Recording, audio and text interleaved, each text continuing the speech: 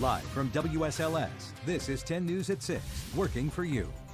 Now at 6, 3 years later, the search for a missing baby continues. It's been extremely difficult. What it will take to bring closure to the family of Arieanna Day. Plus, I had a blast inside the actual festival grounds itself. the Blue Ridge Rock Festival comes to an end. Why some say it was a huge success despite all the complaints.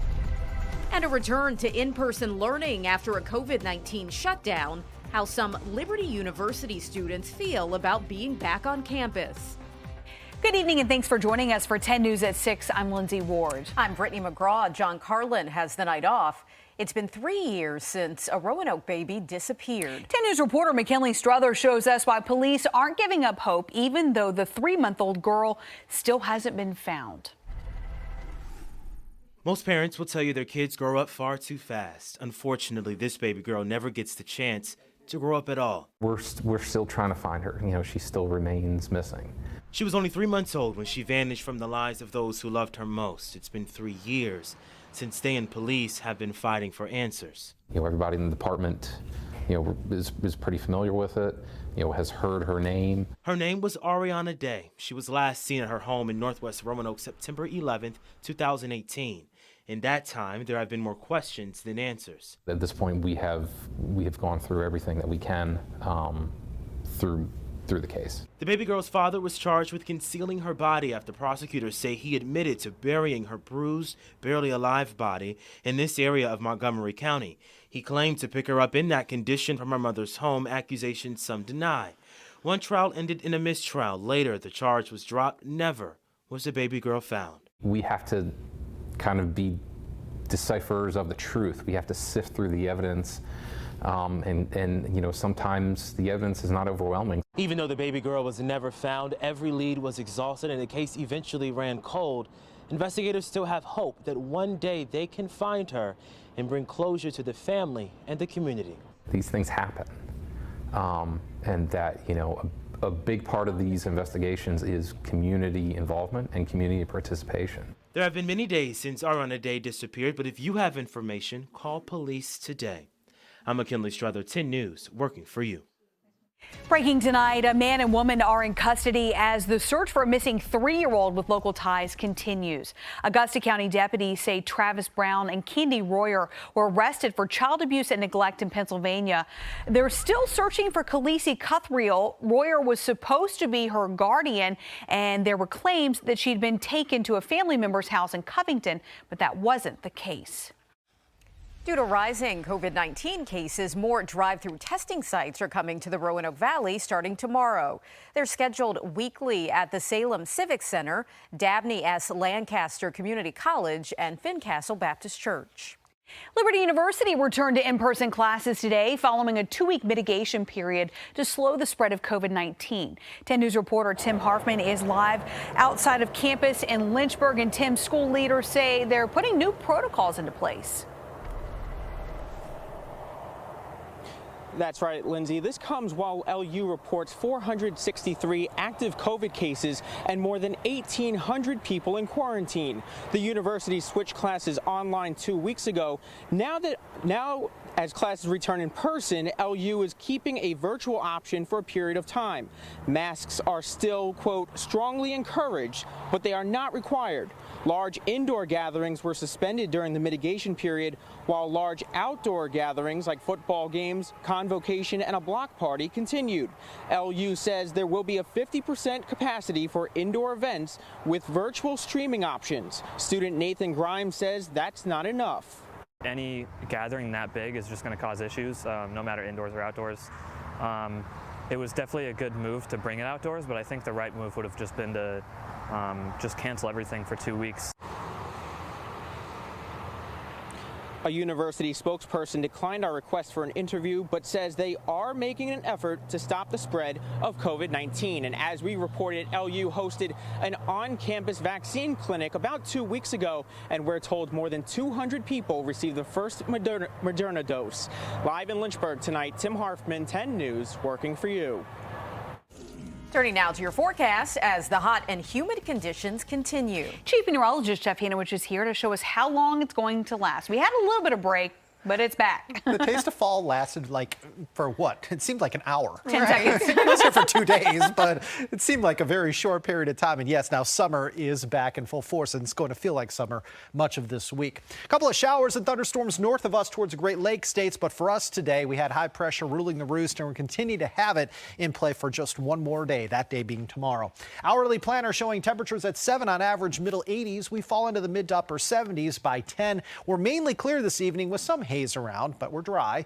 Tuesday also looks to be dry. Temperatures start out in the 60s, highs in the lower 90s. Hazy, hot, and humid for us on Tuesday. It looks to be a day, though, where we are still going to be avoiding any sort of tropical moisture. That being said, our chance for some rain will increase on Wednesday. Pop-up thunder showers on our hump day with a better chance, perhaps, of some rain pushing in Thursday into Friday, and that could be somewhat in association with Tropical Storm Nicholas right now, about ready to make landfall in Texas. Lindsay. The Blue Ridge Rock Festival, which brought thousands of people to Southside, has come to an end. 10 News reporter Sydney Jackstimer breaks down the 3 biggest issues and what ultimately made the 4-day event a success. When Blue Ridge Rock Festival was announced, Maryland native Jessica Lumen was excited to see ADA wristbands offered because of her husband's disability. Unfortunately, when the couple arrived to the festival Thursday, they say they were not met with appropriate accommodations. It's like all uneven ground, and we're like, okay, ADA, how is somebody with a wheelchair getting around in this? Unless you had ATV tires, this is impossible. There's nothing marked. We're like, okay, there's supposed to be ADA stages, ADA shuttles. Okay, where do you get that? People like Mike Charles paid hundreds of dollars for on-site camping at the venue, but were forced to camp miles away from the actual festival grounds because of the lack of space. We paid $200 for camping passes. We had no bathrooms. We had no running water, no showers, no anything that we had paid for and were promised. I mean, you get what you pay for, right? You want to get what you pay for. Despite the issues with parking, camping, and ADA compliance, festival goers say the music is what made the weekend bearable. I think they did a great job getting the best music lineup possible. I feel as though some of the small details that really makes the full experience, they slip through the cracks. 10 News reached out to the organizers of the festival and have yet to hear back. But Pittsylvania County officials say, in their eyes, the event was a success for the region. Obviously, there was, some hiccups in the beginning with traffic and congestion, but we're able to smooth a lot of that out. And, we're proud to be home at the Blue Ridge Amphitheater now. Reporting in Pittsylvania County, Sydney Jackstimer, 10 News, working for you. Following concerns about fan behavior and long lines at the season opener, Virginia Tech put new policies in place for the matchup against Middle Tennessee over the weekend. And while the football game chaos may have caused some challenges, it's been a blessing for some local businesses. This past weekend was one for the books, as restaurant owners say their sales took a drastic turn for the better. Since the pandemic halted game days, small businesses have been feeling the pain. Italiano's in Blacksburg says this past summer turned out to be the worst season since he opened 5 years ago. Summer was very slow. I mean, there is no other way to put it. I mean, we can sit down like this for hours. It's like it, but it's going to pick back up. I hope so. Mohammed says he noticed an uptick in takeout orders before the first game and hopes that trend will continue. Transforming alleys into works of art. The 2 things one unique Hill City project is hoping to accomplish. Plus, a story unlike any other. What one man was able to accomplish thanks to his time in foster care. A new project is transforming the streets of downtown Lynchburg into works of art. At the end of 11th Street near the Bluff Walk is where you'll find the Art Alley. Take a look at it. There it is. It features lights strung overhead, large-scale murals, and a colorfully painted street. These elements have been designed by professionals from all over Central Virginia in hopes of boosting tourism and support for local businesses. I think that this is going to be a great place to share. People will want to come here, and it'll be a great starting point too. It's a gateway to the Bluff Walk, to some of the great restaurants around here, some of the spectacular views of the James River. Yeah, it certainly catches your attention. The entire project should be complete by October the 1st. You can help preserve the past while also getting into the holiday spirit next month. The Vinton History Museum will be selling gift baskets, decor, and other items during the town's Fall Festival, October 2nd. Organizers say they need volunteers to help prepare, along with donations for the holiday shop on the lawn. All proceeds from the event will support museum operations and maintenance.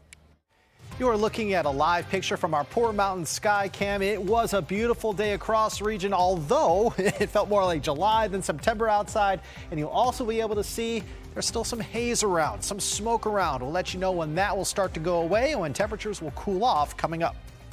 A Lynchburg man is calling his time in foster care a blessing in disguise. 10 News reporter Courtney Lockie shows us how a local nonprofit forever changed his life and tonight's feel-good story. McFadden was weeks away from his 18th birthday when he was placed into foster care. It's hard to say that it was a blessing to be in foster care, but it was. Rather than spilling back out of the system, he turned to Impact Living Services, a Lynchburg nonprofit that helps young adults transition out of foster care. Youth who age out have really rough statistics. Kids ages 17 to 21 are given the tools they need to succeed, including a Windhurst home, a grocery stipend, and mentors like Maria Rolfe. When they turn 18, the vast majority of them end up either homeless, incarcerated. Most of them are unemployed by the time they're 24. Rolfe says foster care children who leave the system are extremely vulnerable, which is what makes McFadden's story unlike any others. Tyler took advantage in the best way possible of all of the opportunities here. Within the first 3 years, McFadden became the first person in his family to graduate high school, college, and find a good job. Not only was he ready to move on from the program, he was also ready to buy his own house, something that's never been done. If I didn't push myself, it wasn't going to happen. So it's really just a mindset of just keep pushing and things will work out. In Forest, Courtney Lockie, 10 News working for you. Your local weather authority, always watching and tracking for you from the JES Weather Center. It was a dry morning, it was a dry afternoon, and it's going to be a dry evening as it is indeed a clean sweep on the radar. Skies tonight are going to be fair. It looks like tomorrow we're going to enjoy another day where we see more sunshine than cloud cover. Want to tell you again tomorrow that there will be some haze in the sky or some smoke in the sky, but we're dry tomorrow. We're dry tomorrow night as well. Now, as we head into Wednesday, things may start to change for us. We're starting Wednesday dry with some sunshine, but we're going to cloud up Wednesday afternoon and have a better chance for some pop-up thunder showers. One batch of rain could impact you folks towards south side in the afternoon. Another batch could impact you folks in the mountains come Wednesday afternoon. As we continue to track this wildfire smoke, these plumes of smoke are coming from California and Oregon. They're being moved west to east by the jet stream, and it looks like these hazy skies are going to continue for us through Tuesday, maybe even into Wednesday. It looks like late Wednesday or Wednesday night, the smoke and haze will start to decrease around here. Into the tropics we go. Here's the latest on Nicholas. Winds of 65 miles per hour, moving north-northeast at 12.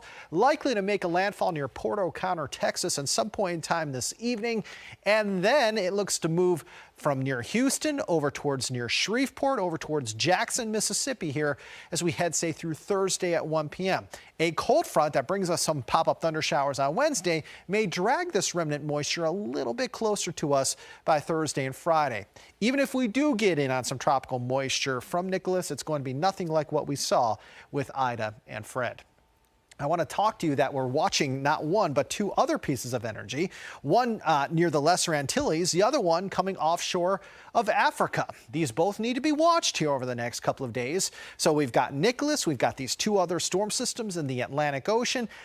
It's the peak of hurricane season, friends. This happens almost every single year, while in mid-September, we track multiple storms at one time. And as we head into late September into October, that's when things will start to settle down a little bit. Right now, it's 87 in Roanoke, also in Lynchburg, 88, Smith Mountain Lake, Danville, and South Boston. You're in the 70s right now in the NRV and Mount Empire. How's it going to feel for the next 3 days? Well, it was humid outside today. It's going to stay humid outside tonight. Tuesday, Wednesday, going to be humid as well. May actually even tap into more muggies as we head into Thursday and Friday, depending on the track that Nicholas takes. Regardless, it's going to stay humid here all week long. The temperatures may start to drop a little bit by late week, but the humidity not going anywhere.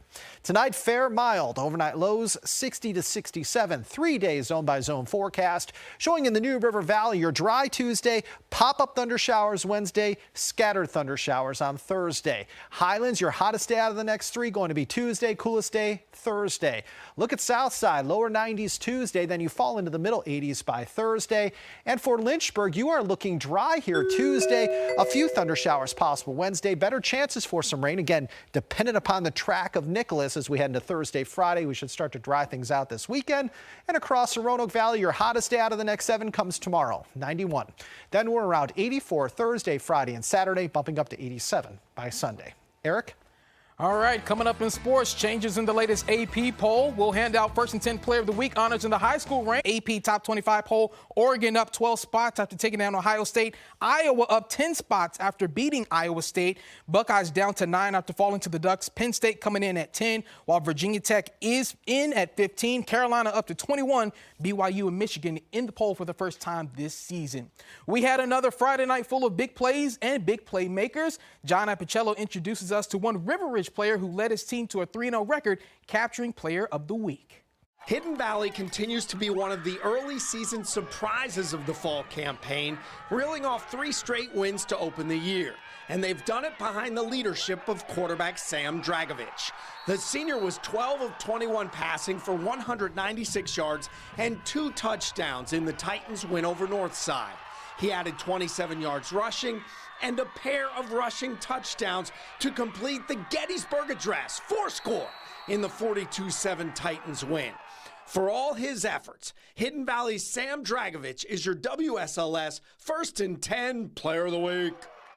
Your news and notes, Ryan Fitzpatrick placed on the IR with the hip injury for Washington. Taylor Heineke named the starter. Jerry Jeudy out 4 to 6 weeks with the Broncos with an ankle sprain in NFL Week 1. Wraps up tonight, Ravens at the Raiders, Monday Night Football. Hopefully all you NFL fans got your fix on a little bit starting yesterday. Right? Oh, absolutely. Carolina Panthers got the win. Got the win against the Jets. That was good to see. Indeed.